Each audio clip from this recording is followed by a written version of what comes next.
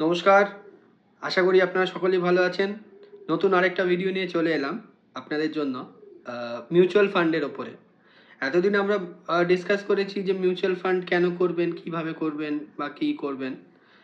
এফডির সঙ্গে মিউচুয়াল ফান্ডের পার্থক্য কী? এবার ভেবে দেখলাম যে আপনাদের জন্য মিউচুয়াল ফান্ডের কী জেনারেল ক্যাটেগরি বা ধরনের হতে পারে, সেগুলো একবার আলোচনা করে আপনাদেরকে বুঝিয়ে দিই।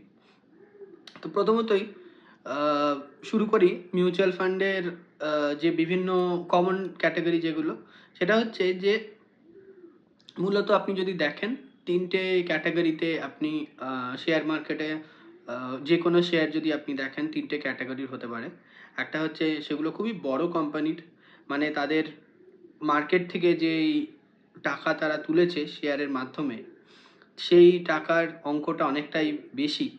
তো সেগুলোকে বলা হয় লার্জ ক্যাপ। মানে খুবই বড় কোম্পানি, যেমন ধরুন টিসিএস, হ্যাঁ, কিংবা ধরুন রিলায়েন্স, কিংবা ধরুন আপনার টাটা পাওয়ার। এগুলোকে সাধারণভাবে ধরে নেওয়া হয় যে এগুলো খুবই বড় কোম্পানি এবং এদেরকে লার্জ ক্যাপ বলে আমরা জেনে থাকি। লার্জ ক্যাপ অর্থাৎ লার্জ মানে বড়, ক্যাপ মানে মার্কেট ক্যাপিটালাইজেশন, মানে কত টাকা এরা মার্কেট থেকে শেয়ারের মাধ্যমে তুলেছে। এবার যে মিউচুয়াল ফান্ডগুলো এই ধরনের কোম্পানিতে, মানে এরম বড় ধরনের কোম্পানিতে ইনভেস্ট করে থাকে, সাধারণভাবে নিফটির প্রথম 50টা কোম্পানি যেগুলো, সেগুলোকে লার্জ ক্যাপ ধরা হয়। তো সেইগুলোতে যারা ইনভেস্ট করে থাকে তাদেরকে লার্জ ক্যাপ বলা হয়। এর পরের 150টা কোম্পানি নিফটির লিস্টে, ধরুন যেগুলো আর কি খুব মাঝারি গোছের কোম্পানি, যেমন ধরুন আপনি হ্যাভেলস ধরতে পারেন, ভি গার্ড ধরতে পারেন। এই ধরনের কোম্পানি যেগুলো যেগুলো খুব বড় নয় আবার খুব ছোটও নয়, সেগুলোকে আবার মিড ক্যাপ কোম্পানি বলে ধরা। সাধারণভাবে যে মিউচুয়াল ফান্ডগুলো এই মিড ক্যাপে ইনভেস্টমেন্ট করে থাকে তাদেরকে আমরা মিড ক্যাপ ফান্ডস বলে চিনে থাকি। তো এর পরের ক্যাটাগরি, এর পরের ধরনটা হচ্ছে যে আপনার স্মল ক্যাপ।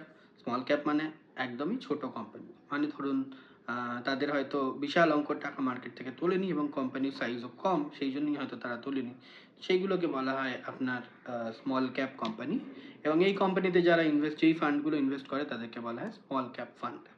এবার এটা জেনে রাখাটা জরুরি যে যত আপনার মার্কেট ক্যাপিটালাইজেশন বড় বা বেশি, তত কিন্তু রিস্কটা তুলনামূলকভাবে কম। কোনোতেই জিরো রিস্ক তো হয় না, কিন্তু আপনি বুঝতেই পারছেন টিসিএস এ ইনভেস্ট করার যে রিস্ক, টিসিএস এত বড় একটা কোম্পানি, বিশাল বড় কোম্পানি, সেখানে আপনি ইনভেস্ট করে আপনার টাকা ডুবে যাওয়ার যে রিস্ক, তার তুলনায় আপনি যদি ধরেন জোম্যাটো কিংবা ধরুন সুইগি, এগুলো খুবই ছোট কোম্পানি, তাদের রিস্ক কিন্তু অনেকটাই আর কি আপনার বেশি। সেই কারণেই আপনি দেখবেন স্মল ক্যাপ এবং মিড ক্যাপের রিটার্ন সাধারণত বেশি। মার্কেটে একটা নিয়ম আছে বা একটা প্রিন্সিপাল বলা যেতে পারে যে যত বেশি রিস্ক আপনি নেবেন তত বেশি রিটার্ন পাওয়ার সম্ভাবনা বেশি। তার মানে এই নয় যে আপনি মানে মাত্রাতিরিক্তভাবে স্মল ক্যাপ আর মিড ক্যাপের ফান্ড আপনি কিনবেন বা স্মল ক্যাপ বা মিড ক্যাপের শেয়ার আপনি কিনবেন। তার কারণ হচ্ছে তাহলে সেটা খুবই মারাত্মক ভুল হয়ে যাবে। কেননা এতে গ্রোথের অপরচুনিটি বেশি থাকে, কিন্তু তার সাথে সাথে রিস্কও বেশি থাকে, মানে টাকা ডুবে যাওয়ার সম্ভাবনা বেশি থেকে থাকে। তো এই গেল আপনার বেসিক যেই আর কি ভেদাভেদ। এরপরে আপনি দেখবেন যে আপনার দুটো মূলত আরও ভাবে ভাগ করা যায়। একটা হচ্ছে অ্যাক্টিভ ফান্ড আর একটা হচ্ছে প্যাসিভ ফান্ড। অ্যাক্টিভ ফান্ড কাদেরকে বলা হয়? অ্যাক্টিভ ফান্ড তাদেরকে বলা হয় যেখানে ফান্ড ম্যানেজার নিজের বুদ্ধি লাগিয়ে, নিজের আর কি অঙ্ক কষে তারা ঠিক করেন যে আমি কতটা টাকার অঙ্ক কোন ফান্ড, কোনখানে, কোন খাতে, কোন ফান্ডে বা কোন কোম্পানিতে ইনভেস্ট করে থাকবো। এবার আরেকটা ইনভেস্টমেন্টের মিউচুয়াল ফান্ডের ধরন হয়, সেটা হচ্ছে প্যাসিভ মিউচুয়াল ফান্ড।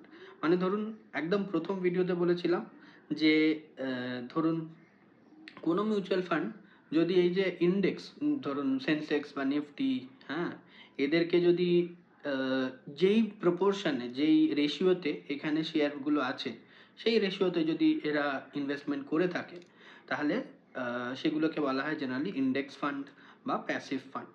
এবার প্যাসিভ ফান্ডে অনেক ভেদাভেদ থাকতে পারে, মূলত দুটোই আমরা দেখে থাকি। একটা হচ্ছে ইটিএফ, যেটা আপনার শেয়ারের মতন মার্কেটে ট্রেড হয়, মানে আপনি একটা শেয়ারের মতন ইটিএফ দুটো কিনলেন, ঠিক আছে, 3টে কিনলেন এরকম টাইপের। আবার যখন আপনি বেচবেন তখন আরেকজনকে কিনতে হবে, যেমন শেয়ারের ক্ষেত্রে হয়ে থাকে।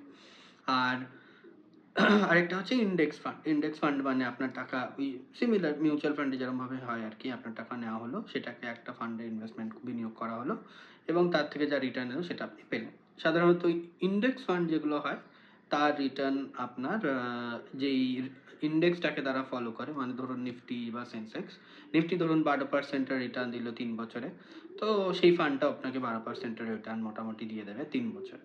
তো এরম হচ্ছে, এগুলো হচ্ছে মূলত বেসিক ভেদাভেদ মিউচুয়াল ফান্ডের। আশা করি আপনাদের ভালো লাগবে এবং আমার চ্যানেলটাকে অবশ্যই সাবস্ক্রাইব করবেন, ভিডিওটি ভালো লাগলে লাইক করবেন এবং আপনাদের অন্য কারোর উপকার হলে এটাকে অবশ্যই শেয়ার করবেন। আজকে এখানে শেষ করছি, ধন্যবাদ, থ্যাংক ইউ।